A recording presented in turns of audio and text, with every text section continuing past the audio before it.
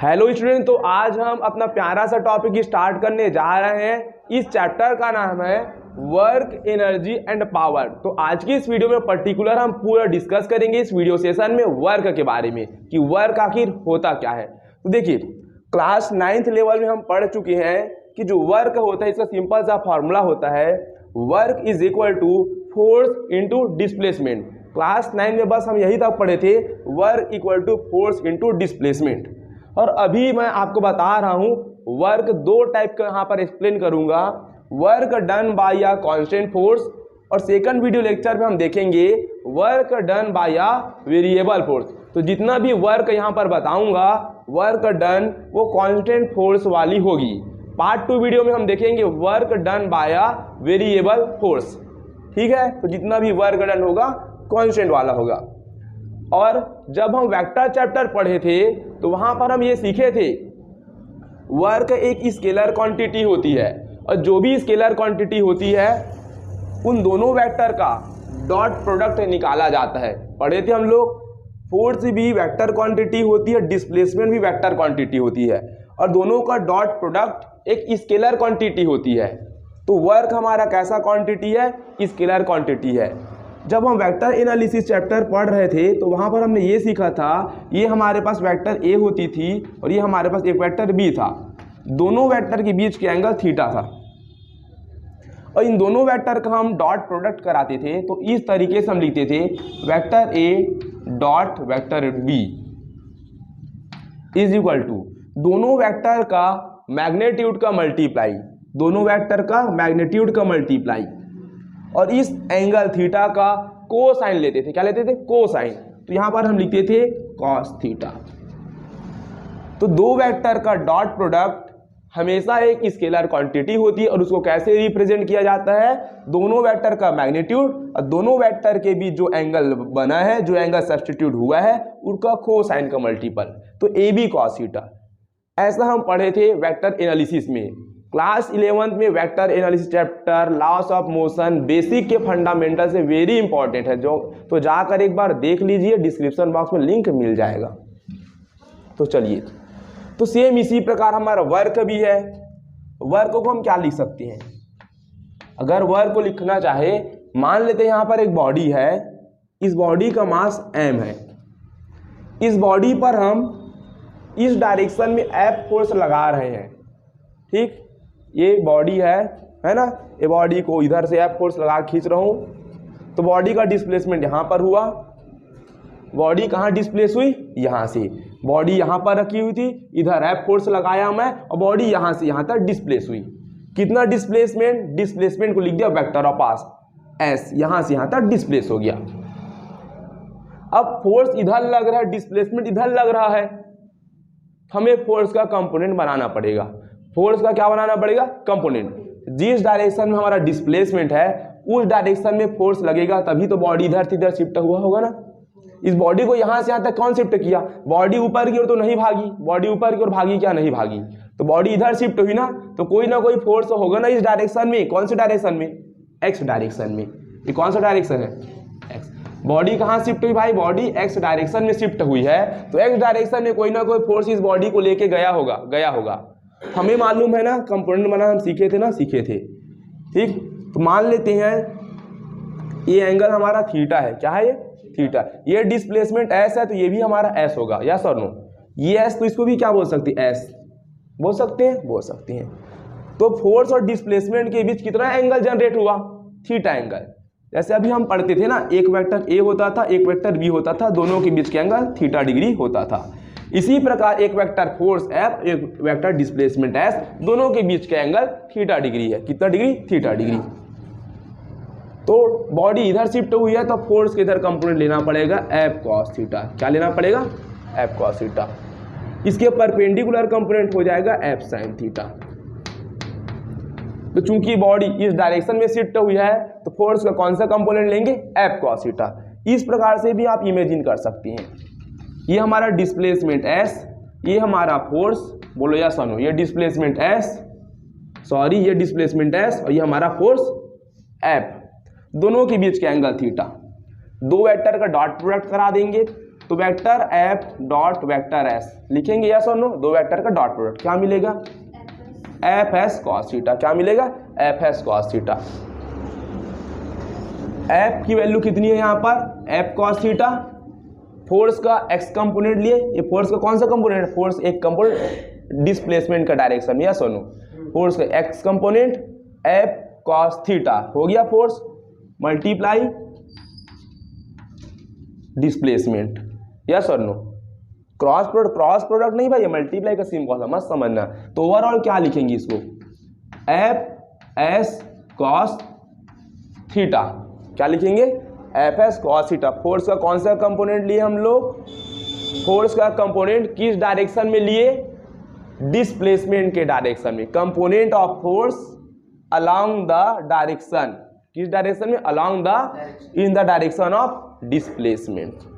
ठीक, तो फोर्स हमने निकाल लिया, कितना फोर्स आया भाई हमारे पास, सॉरी वर्क हमने निकाल लिया, वर्क हमें कितना मिला एफ एस कॉस थीटा, क्या मिला F theta angle between force and displacement. तो यहां पर हम निकाल लिए वर्क। और क्लास 9th लेवल में जब पढ़ते थे तो हम नॉर्मली पढ़ते थे, एकदम कैसे नॉर्मली पढ़ते थे, ऐसे पढ़ते थे, बॉडी यहां पर रखी हुई है, अब बॉडी यहां से यहां तक शिफ्ट हो गई, डायग्राम अच्छे से बना देता हूं ना। क्लास 9 में हम कैसे पढ़ते थे, बॉडी यहां पर रखी थी, बॉडी यहां शिफ्ट हो गई और इधर मैंने फोर्स लगाया, डिस्प्लेसमेंट कितना हुआ एस हुआ, तो फोर्स भी इसी डायरेक्शन में है, डिस्प्लेसमेंट भी इसी डायरेक्शन में हुई है, दोनों के बीच एंगल 0 डिग्री, कितना डिग्री 0 डिग्री, इधर फोर्स इधर डिस्प्लेसमेंट, दोनों वेक्टर के बीच 0 डिग्री का एंगल बना।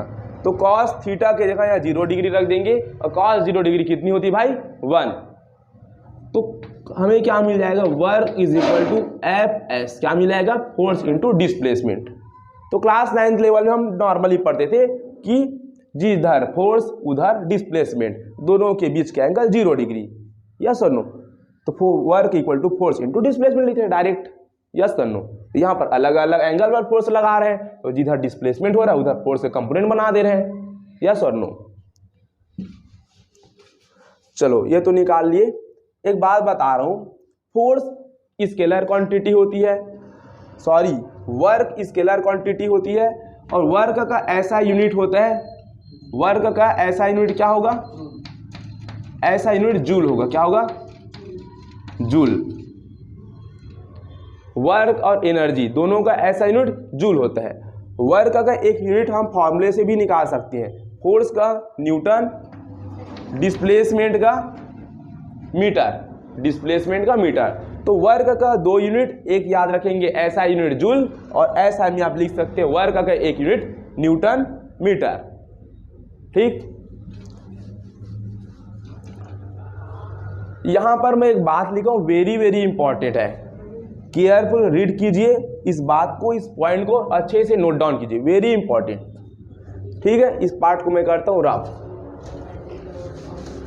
हम जो भी वर्क पढ़ रहे हैं work done bye constant force वाली है, कैसी वाली है, जो भी यहाँ पर हम वर्क निकाल रहे हैं वो कौन सा फोर्स है, कांस्टेंट फोर्स। ये जो भी फोर्स लगे इसका मैग्नीट्यूड हमें फिक्स है, मैग्नीट्यूड फिक्स है, इतना मैग्नीट्यूड में इसको दिया, ठीक। क्वेश्चन के थ्रू सवालों को हम हल करते हैं। चलो यही डायग्राम को मैं यहाँ पर प्लॉट करता हूँ, ये हमारा सरफेस है, चलो ये वही बॉडी,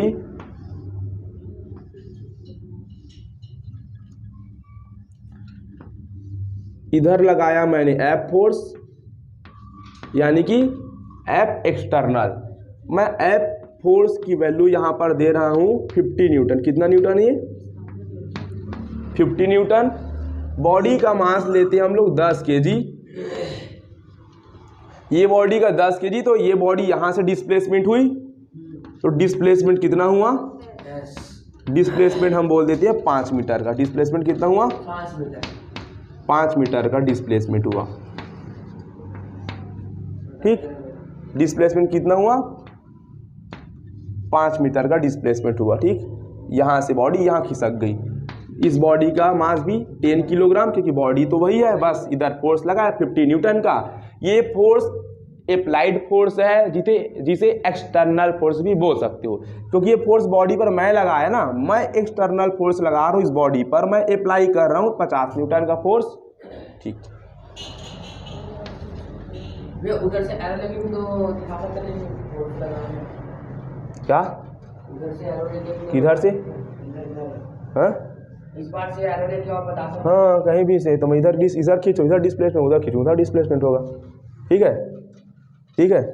हाँ।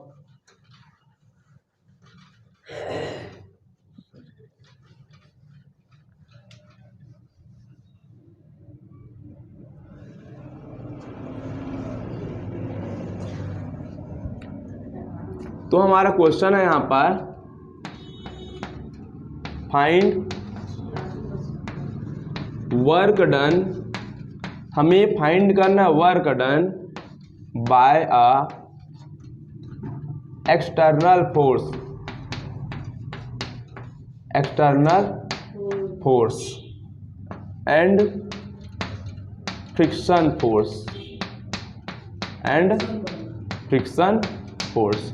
हम बॉडी पर वर्क डन निकालेंगे, और वर्क डन हम कैसे निकालेंगे, एक वर्क डन होगा एक्सटर्नल फोर्स के थ्रू और एक वर्क डन बॉडी पर निकालेंगे फ्रिक्शन फोर्स के थ्रू। तो बॉडी का मोशन इधर हो रहा है, तो फ्रिक्शन फोर्स मोशन को अपोज करेगा, बॉडी मोशन में आई थी तो काइनेटिक फ्रिक्शन लगेगा मोशन की अपोजिट, या सुनो इधर बॉडी पर फ्रिक्शन फोर्स लगेगा, एफ लिमिटिंग। कितना फ्रिक्शन फोर्स होता है पीछे की ओर, एफ लिमिटिंग हो सकता है, कितना हो सकता है, एफ लिमिटिंग हो सकता है कि नहीं हो सकता, हो सकता है। चलो, तो सबसे पहले मैं क्या निकालूंगा, work done by external force, कि एक्सटर्नल फोर्स 50 न्यूटन बॉडी पर दिया तो कितना वर्क डन आया, तो work done by external force W external क्या होता है भाई, formula F S cos theta, हम निकाले थे ना एफ एस कॉस थीटा। तो फोर्स की वैल्यू कितनी है यहाँ पर 50, डिस्प्लेसमेंट कितनी हुई है बॉडी 5 मीटर, और कॉस जिस डायरेक्शन में फोर्स उसी डायरेक्शन में डिस्प्लेसमेंट, फोर्स और डिस्प्लेसमेंट के बीच का एंगल 0 डिग्री है, या सुनो कितना डिग्री 0 डिग्री, तो ये cos 0 डिग्री 1, इस पार्ट को रिमूव करते हैं क्योंकि इसकी वैल्यू 1 हो चुकी है। 50 इंटू 5 250 न्यूटन, कितना 250 न्यूटन। जो भी वर्क डन आया है बाय एक्सटर्नल फोर्स वो पॉजिटिव है, कैसा है पॉजिटिव, तो ये work done positive work done है। क्या वर्क डन है, positive work done, positive work done हुआ तो बॉडी देखो इधर शिफ्ट हुआ। ठीक, अब हम क्या निकालेंगे, work done bye frictional force, work done bye double F, work done bye frictional force. तो बॉडी पर फ्रिक्शनल फोर्स कितना लगा है, ठीक है, work done by friction force. तो फ्रिक्शन फोर्स हमें तो मालूम है ना, क्या होता है भाई, F friction force into S cos theta. ठीक है, फ्रिक्शन फोर्स यहाँ पर कैलकुलेट कर लेते हैं कितनी लग रही फ्रिक्शन फोर्स। हम पढ़े थे फ्रिक्शन फोर्स क्या होता है हमारे पास, friction force is equal to mu into normal. Friction force क्या होता है, म्यू इंटू नॉर्मल। अच्छा, म्यू नहीं लिखा था तो बॉडी और सरफेस के बीच मान लेते हैं हमारे पास फ्रिक्शन कोफिशिएंट 0.1 है। कितना है फ्रिक्शन कोफिशिएंट 0.1, तो फ्रिक्शन कोफिशिएंट हो गया 0.1। नॉर्मल रिएक्शन कितना है हमारे पास 100, कितना है 100। 10 kg बॉडी का मास, नीचे की ओर 10 g, तो g की वैल्यू 10 पुट अप करेंगे, 10 इंटू 10 100, तो नॉर्मल रिएक्शन कितना मिला हमें 100। सॉल्व करेंगे तो फ्रिक्शन फोर्स हमें कितना मिल जाएगा 10 न्यूटन। कितना newton, 0.1 multiply 100 is equal to 10 newton. तो फ्रिक्शन फोर्स कितना कैलकुलेट हो गया 10 न्यूटन, कितना 10 न्यूटन। डिस्प्लेसमेंट कितना है भाई 5, कितना डिस्प्लेसमेंट, फ्रिक्शन फोर्स इधर खींच रहा है, डिस्प्लेसमेंट आगे हो रहा है, या सर नो हो रहा है। Angle between friction force and displacement 180 degree, या सर नो। फ्रिक्शन फोर्स इधर अप्लाई हो रही है, बॉडी का डिस्प्लेसमेंट इधर है, डिस्प्लेसमेंट इधर है, फ्रिक्शन फोर्स इधर, दोनों के बीच कितना डिग्री एंगल, 180 डिग्री। हम पढ़े थे ना, दो वेक्टर अपोजिट होती हैं तो 180 डिग्री का एंगल बनता है, पढ़े थे। तो cos 180 डिग्री -1, cos 180 डिग्री कितनी होगी, -1। 10 × 5 50 और cos 180 डिग्री होगा -1, तो ये हो जाएगा -50 न्यूटन। तो यहां पर work done by friction force at a body negative में आया है, यानी कि यहां पर जो वर्क डन हो रहा है फ्रिक्शन फोर्स के थ्रू बॉडी पर, वो निगेटिव वर्क डन है। कैसे work done, negative work done है ना। देखो ना, निगेटिव वर्क डन है, निगेटिव वर्क डन निगेटिव, और बॉडी इधर जा ही नहीं रही है, बॉडी किधर खिसक रही है, इधर खिसक रही है। पॉजिटिव वर्क डन हुआ था, बॉडी पर फोर्स इधर लगा, इधर खिसकी। निगेटिव वर्क डन में फोर्स इधर लगा रहे हैं फ्रिक्शन फोर्स, बॉडी इधर खिसक रही है, समझ पाए। तो यहां पर मैं आपको बेसिकली ये समझाने की कोशिश कर रहा हूं, it is very important to tell for which force we are finding the work done, which force we are finding the work done. Work done find करने के लिए ये बेहद इंपॉर्टेंट है, बेहद वेरी जरूरी है कि आप वर्क डन कौन से फोर्स के रिस्पेक्ट में कैलकुलेट कर रहे हो। पहले सिचुएशन में मैं वर्क डन कैलकुलेट किया एक्सटर्नल फोर्स, यानी कि एफ अप्लाइंग, जो मैं बॉडी पर स्वयं जाके लगाया था 50 न्यूटन का। सेकंड वर्क डन में कौन से फोर्स को एज्यूम करके कैलकुलेट किया बॉडी पर, थ्रू अ फ्रिक्शन फोर्स। इसलिए लिखा हूं कि it is very important to tell for which force we are finding the work done. ये बहुत इंपॉर्टेंट है कि आप किस फोर्स के रिस्पेक्ट में बॉडी पर वर्क डन निकाल रहे हो। समझ पा रहे हो इस बात को। चलो क्वेश्चन में चेंज कर दे, find work done by a external force को रिमूव करते हैं, यहां पर लिखते हैं बाय अ ग्रेविटेशनल फोर्स। क्या लिखते हैं,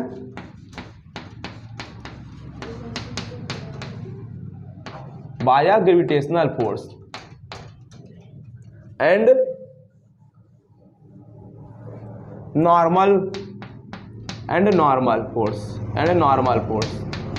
नॉर्मल फोर्स यानी नॉर्मल वाली रिएक्शन, नॉर्मल फोर्स।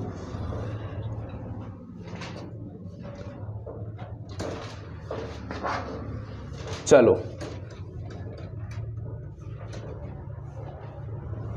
तो यहां पर हम वर्क डन निकालेंगे कौन से फोर्स के थ्रू, हम ग्रेविटेशनल फोर्स के थ्रू ये वर्क डन कैलकुलेट करें कि बॉडी पर ग्रेविटेशनल फोर्स, बॉडी पर ग्रेविटेशनल वर्क डन कितना है।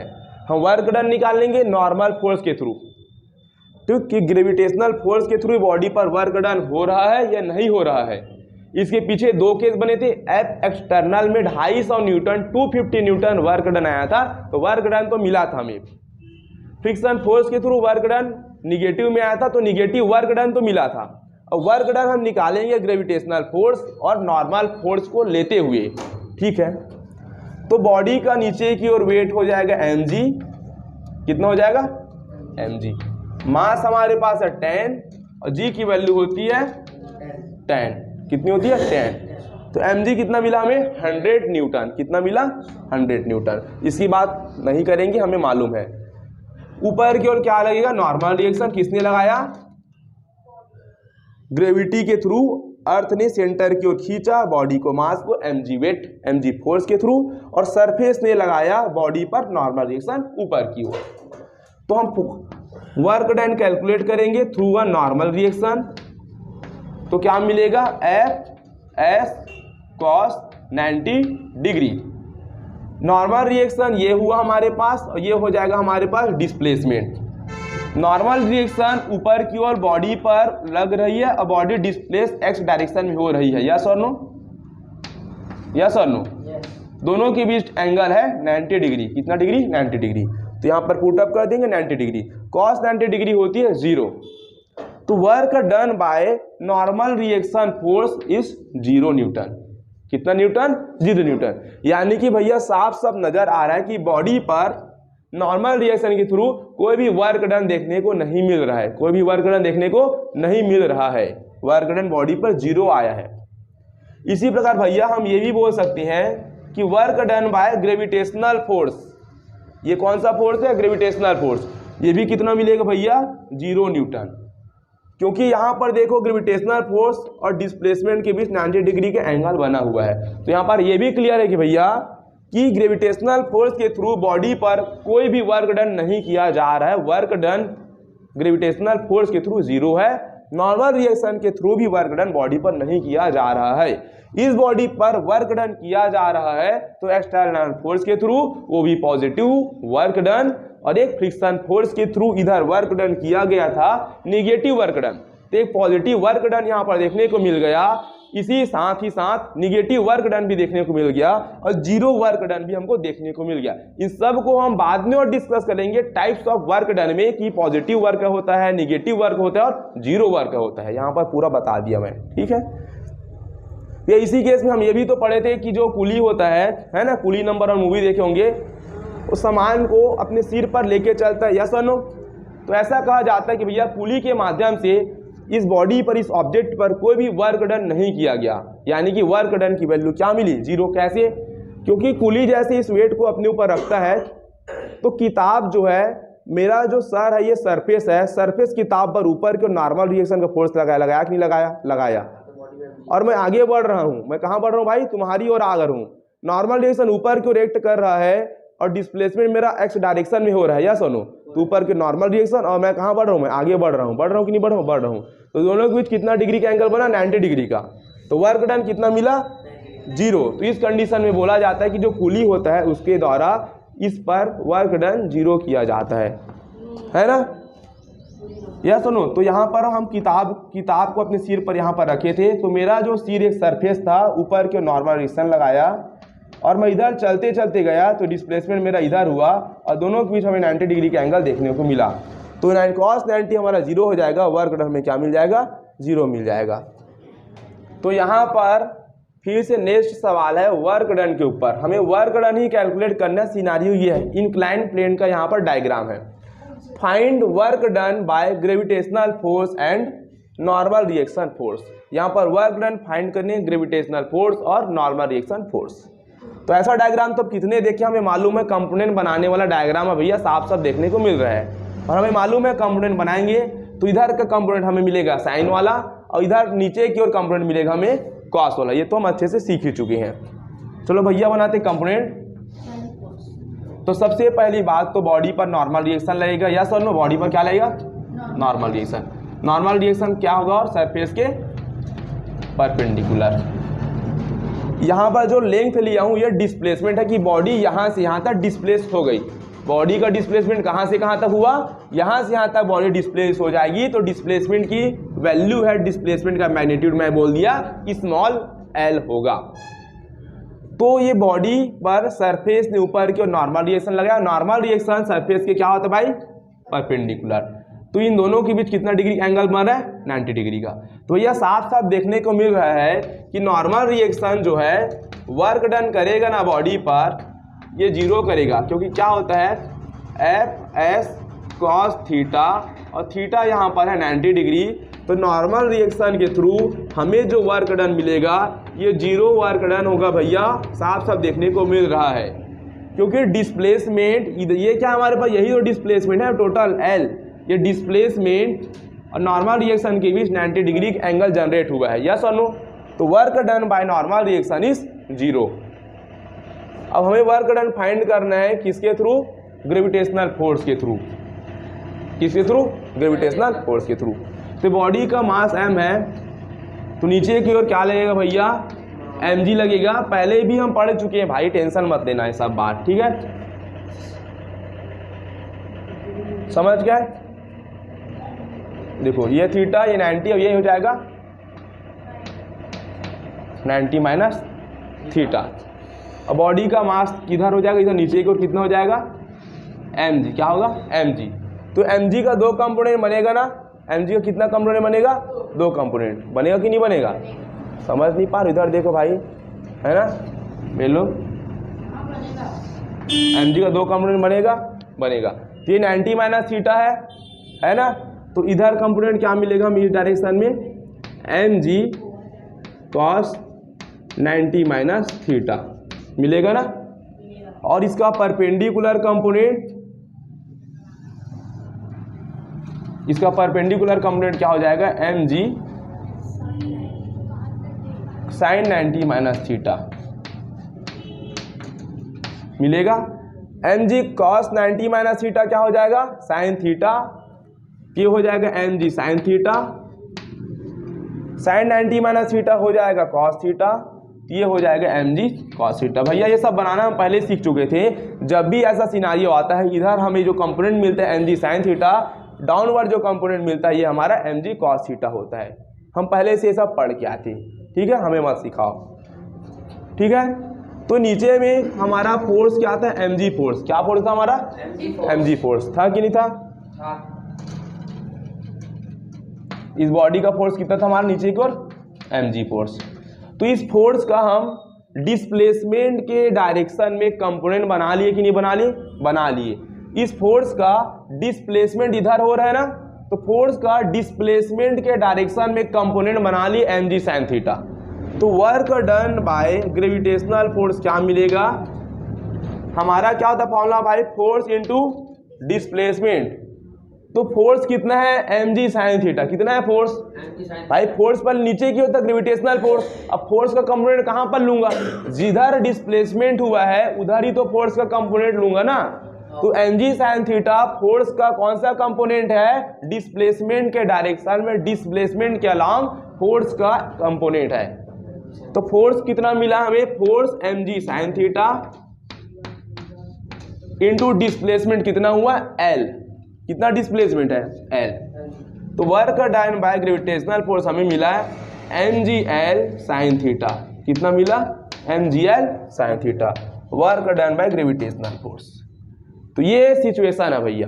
क्यों लिए हम इधर mg sin थीटा, क्योंकि हमें मालूम है बॉडी इधर शिफ्ट हो रही है, ग्रेविटेशनल फोर्स डाउन इधर काम कर रहा है, इधर काम कर रहा है ना ग्रेविटेशनल फोर्स। तो डिस्प्लेसमेंट के अलाव हमें फोर्स का कंपोनेंट बनाना पड़ेगा। इस फोर्स का कंपोनेंट बना दिया डिस्प्लेसमेंट के अलाव, तो work done by gravitational force मिला mg sin थीटा। तो कंपोनेंट बनाना बेहद इंपॉर्टेंट है, पहले भी बात। यहाँ पर नेक्स्ट सवाल हमारे पास, find work done by force F। यहाँ पर हमें वर्क डन कैलकुलेट करना है F फोर्स। यहाँ पर ये हमारे पास हेमीस्फीयर है, हेमीस्फीयर है ना, यानी कि आधा गोला। एक स्फीयर था उसको हम 20 से कटिंग कर दिए तो जनरेट हो गया हेमीस्फीयर। यहाँ पर m मास का ऑब्जेक्ट है, m मास के ऑब्जेक्ट को हम F फोर्स से खींच रहे हैं, है ना, धीरे धीरे धीरे धीरे F फोर्स से m मास के ऑब्जेक्ट को खींच रहे हैं धीरे धीरे। F फोर्स में ऐसे लगा रहा हूँ, ऐसे लगा रहा हूँ, धीरे धीरे धीरे धीरे F फोर्स से ऑब्जेक्ट को खींच रहा हूँ। मास यहाँ से यहाँ उठकर यहाँ आ गया, F फोर्स लगा रहा हूँ ना मास पर ऐसे ऐसे, ठीक। तो मास यहाँ से यहाँ तक आ गया, आया कि नहीं आया। F फोर्स अभी भी इधर लग रहा है कि नहीं लग रहा है, लग रहा है। F फोर्स से खींच रहा हूँ ना ऐसे, तो यहाँ पर आ गया। ये हमारा हो जाएगा रेडियस, ये R, तो ये वाली भी रेडियस होगी कि नहीं होगी, होगी कि नहीं होगी भाई, ये भी रेडियस। मास यहाँ से यहाँ तक डिस्प्लेस हुआ तो इसके बीच का डिस्प्लेसमेंट हो गया S, ठीक। हमें क्या निकालना है, work done by force F। तो एक सिनारियो यहाँ पर देखो, ठीक। यहाँ पर हम अगर वर्क डन निकालेंगे तो दो तरीके से वर्क डन यहाँ पर मैं निकाल सकता हूँ, ठीक। एक वर्क डन कैसे निकालेंगे, देखो वर्क डन निकालूंगा मैं, देखना। तो वर्क डन इक्वल टू होता है फोर्स इनटू डिस्प्लेसमेंट। मैं फोर्स का कंपोनेंट ले लूंगा डिस्प्लेसमेंट के डायरेक्शन में। हम क्या कर लेंगे, फोर्स का एक कंपोनेंट बना सकते हैं किसके डायरेक्शन में, डिस्प्लेसमेंट के। या तो सेकंड तरीका है कि डिस्प्लेसमेंट का कंपोनेंट बना लो किस डायरेक्शन में, फोर्स के डायरेक्शन में। बात बराबर की है, बना लो। तो मैं फोर्स का एक कंपोनेंट बना लिया डिस्प्लेसमेंट के डायरेक्शन में, तो हमें क्या मिलेगा, F cos थीटा नहीं मिलेगा क्या। फोर्स का कंपोनेंट बनाया मैं डिस्प्लेसमेंट के डायरेक्शन में बनाया, तो वर्क डन क्या मिलेगा मुझे, F फोर्स और फोर्स इनटू डिस्प्लेसमेंट। नहीं मिला क्या, मिला। दूसरा तरीका क्या हमारे पास, मैं डिस्प्लेसमेंट का कंपोनेंट बना लूंगा फोर्स के डायरेक्शन में। बना लेंगे कि नहीं बना लेंगे, दोनों एक ही होना चाहिए ना, दोनों एक कहीं भी होना चाहिए। फोर्स का कंपोनेंट बना लो डिस्प्लेसमेंट के डायरेक्शन में, या डिस्प्लेसमेंट का कंपोनेंट बना लो फोर्स के डायरेक्शन में, बस दोनों एक तरफ, समझे। तो क्या मिलेगा, डिस्प्लेसमेंट का कंपोनेंट बना लो फोर्स के डायरेक्शन में, फोर्स के अलाउंग, तो क्या मिलेगा, S cos थीटा। तो वर्क इक्वल टू क्या होगा, फोर्स, ये हो जाएगा फोर्स डिस्प्लेसमेंट कितना है, एस कॉस थीटा है ना, ये हो जाएगा एस कॉस थीटा। हुआ कि नहीं हुआ? तो क्या लिख सकते हैं इसको, F S cos theta, F S cos theta. समझ पाए? एक कंपोनेंट किसका है, फोर्स का कंपोनेंट डिस्प्लेसमेंट के डायरेक्शन में, तो ये क्या है, डिस्प्लेसमेंट का कंपोनेंट फोर्स के डायरेक्शन में। यस और नो? बात समझ पाए? लिख लिए? तो यहां पर हमें वर्क डन निकालना है, तो क्या करेंगे, देखो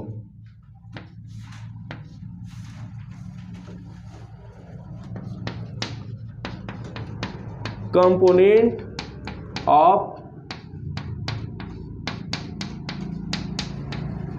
displacement in the direction of force, component of displacement in the direction of force into force. अब यहां पर बॉडी यहां से यहां शिफ्ट हुई तो वर्क डन निकालना है, वर्क डन निकालना है तो हमें डिस्प्लेसमेंट चाहिए और फोर्स चाहिए। फोर्स तो है पर देखो component of displacement in the direction of force, मैं क्या करूंगा, देखो इस डिस्प्लेसमेंट का मुझे कंपोनेंट बनाना है, इस डिस्प्लेसमेंट का क्या बनाना है, इस डिस्प्लेसमेंट का कंपोनेंट बनाना है किस डायरेक्शन में, ये फोर्स के डायरेक्शन में, किस डायरेक्शन में, फोर्स के डायरेक्शन में कंपोनेंट बनाना है। अब इसके लिए मुझे एंगल भी पता होना चाहिए, अगर ये एंगल पता होगा तो मैं बता दूंगा, नहीं बताऊंगा क्या, और ये एंगल पता चल जाए तो मैं बता सकता हूँ, नहीं बता सकता हूँ, एंगल पता चल जाएगा तो मैं बता दूंगा कि फोर्स के डायरेक्शन में डिस्प्लेसमेंट का कंपोनेंट कितना है। बता सकते कि नहीं बता सकते हैं, बता सकते हैं, लेकिन ये एंगल हमें नहीं मालूम, लेकिन ये एंगल हमें दिया है। तो यहां पर देखो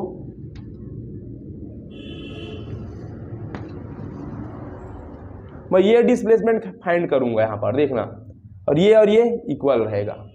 कैसे, देखो ये ट्रायंगल, देखो ये थीटा और ये आर, ये हुआ कि नहीं हुआ, ये क्या है, फोर्स। आर का कंपोनेंट बना लो तो इधर क्या मिलेगा, आर कॉस थीटा, इधर क्या मिलेगा, perpendicular component r sine theta. मिला कि नहीं मिला, मिला कि नहीं मिला? तो मैं डिस्प्लेसमेंट का कंपोनेंट बना लिया किस डायरेक्शन में, फोर्स के डायरेक्शन में, किस डायरेक्शन में। अब कंफ्यूजन है कि ये एस और आर साइन थीटा समझ नहीं आ रहा है, तो अगर यहाँ पर एंगल पता होता तो इस एस का एक कंपोनेंट बनाते ना, बनाते इधर एक, अगर ये एंगल तुम्हें मालूम चल जाता इधर एक कंपोनेंट बनाते ना एफ कॉस थीटा, और इधर क्या बनाते, सॉरी, और ये एंगल मालूम होता तो इस डिस्प्लेसमेंट का कंपोनेंट बनाते, इधर एस कॉस थीटा तो इधर परपेंडिकुलर में एस साइन थीटा नहीं बनाते क्या, इधर एस कॉस थीटा, इधर क्या बनाते, एस साइन थीटा नहीं बनाते क्या, अरे बनाते ही ना। तो एस साइन थीटा जो आता और आर साइन थीटा जो आता दोनों इक्वल होता, दोनों क्या रहता, इक्वल। तो यहां पर हम क्या बना लिए, डिस्प्लेसमेंट का कंपोनेंट बना लिए किस डायरेक्शन में, फोर्स के डायरेक्शन में। बना लिए कि नहीं बना लिए, बना लिए। और ये एंगल पता होता तो सिनेरियो ऐसा होता ना, डिस्प्लेसमेंट एस, तो इधर का कंपोनेंट एस कॉस थीटा और इधर एस साइन थीटा, होता कि नहीं होता, लेकिन ये एंगल हमें मालूम नहीं था तो हम ये दिमाग लगा लिए, दोनों बात बराबर की रहती, r cos r sine theta चाहे इधर भी लेते तो एस साइन थीटा मिलता कि नहीं मिलता, दोनों बराबर आता, दोनों क्या आता, बराबर। तो हम क्या निकालिए, component of displacement in the direction of force, force के डायरेक्शन में डिस्प्लेसमेंट का कंपोनेंट कितना मिला, आर साइन थीटा, कितना मिला, आर साइन थीटा, मिला कि नहीं मिला। तो ये हो जाएगा फोर्स और क्या मिला हमें, फोर्स के डायरेक्शन में डिस्प्लेसमेंट का कंपोनेंट मिला आर साइन थीटा। तो हम क्या लिखेंगे, एफ आर साइन थीटा। तो यहां पर हम ये कैलकुलेट कर दिए वर्क डन बाय फोर्स। तो बस ये इंपॉर्टेंट है कि आप फोर्स का कंपोनेंट डिस्प्लेसमेंट के डायरेक्शन में लोगे तो अलग से ये सिनेरियो मिलेगा, और डिस्प्लेसमेंट का कंपोनेंट लोगे फोर्स के डायरेक्शन में तो ये देखने को मिलेगा। समझ पाए, इसलिए फोर्स चैप्टर में, वर्क चैप्टर में बेहद इंपॉर्टेंट है कंपोनेंट का खेल। देख रहे हो यहाँ पर क्या हो रहा है, यहाँ पर कंफ्यूजन लगा होगा, लेकिन यहाँ पर मेरा समझाने का मकसद था कि आप इस चीज़ को समझो कि डिस्प्लेसमेंट के डायरेक्शन में आप फोर्स का कंपोनेंट ले लो या फोर्स के डायरेक्शन में आप डिस्प्लेसमेंट का कंपोनेंट ले लो, बस ये सिखाना था, बस। क्लियर है।